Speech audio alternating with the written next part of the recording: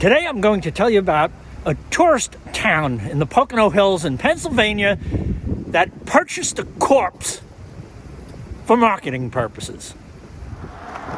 I'm in the charming little town of Thorpe, Pennsylvania in the Pocono Hills. That is usually crowded with tourists, but it is freezing cold in the middle of January, about 25 degrees Fahrenheit, so there's not a lot of people here today. But it is quite a charming little place. Thorpe, Pennsylvania was originally called Mock Chunk, Pennsylvania. It was named after local Indian tribes here. In the early 1800s, a gentleman by the name of, an entrepreneur by the name of Asa Packer walked here from Connecticut. That's quite a hike.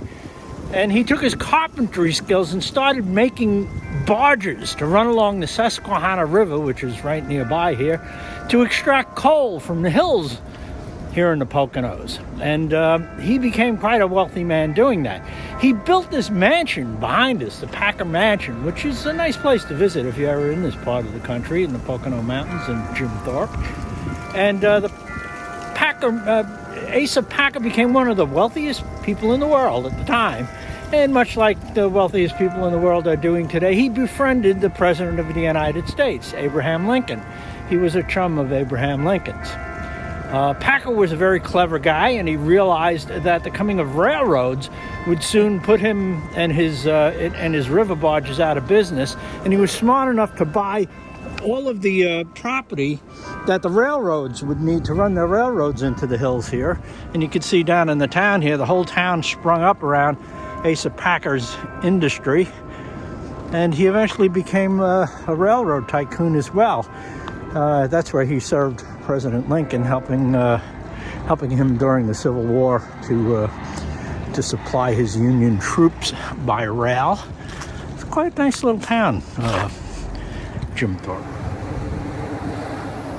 Mock Chunk, Pennsylvania prospered during the coal boom, but as its fortunes began to fade at the beginning of the 20th century, due to petroleum becoming the new preferred fuel, Mock Chunk became a very prosperous tourist attraction because of its railroad network going to New York City and Pennsylvania, in between the two huge cities. So, and it really is a beautiful area, the Pocono Hills here, and it became a prosperous tourist attraction. But as we got toward the 1950s, something shifted. Maybe it was air flight, whatever. The town began to lose its appeal as a tourist destination. So they put together what has to be one of the most bizarre and macabre marketing schemes ever thought of. It was as bizarre and macabre as it was effective. Thorpe, the statue that you see behind me here, was a famous athlete. In the 1917, I believe it was, Olympics held in Sweden. The King of Sweden declared him to be the best athlete in the world, and few disputed that. After the Olympics, he played professional football, he starred in a couple of movies. He was a very successful guy, but for some reason or other, he died broke. And his third wife was a little unhappy about that. The village elders of Mock Chunk decided to purchase his corpse. They really did that, and they renamed the town Thorpe.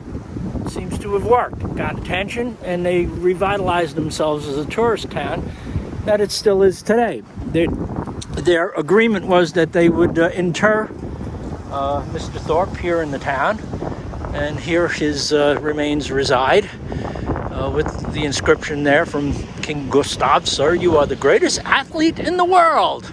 Sorry, it was the 1912 Olympics. I got that date wrong. 1912 Olympics. And here's the thing. Thorpe has never set foot in the town that was named after him. I just think it's a ridiculous story. But like I said, it kind of worked. I mean, it shifted the town's fortunes to their benefit after that was made. There were many arguments. Thorpe was an American Indian, and the tribes that he was related to fought to get him disinterred and brought to, Indian burial sites. And it went all the way to the Supreme Court, and the reason it lost, the reason they lost is because Jim Thorpe's grandson pleaded with the judge to please let the man rest in peace. and the Supreme Court decided to allow that, and here he resides. I don't know if resides is the right. Here he rests in peace. Jim Thorpe, here in Jim Thorpe, Pennsylvania. Nice place to come visit if you ever get a chance.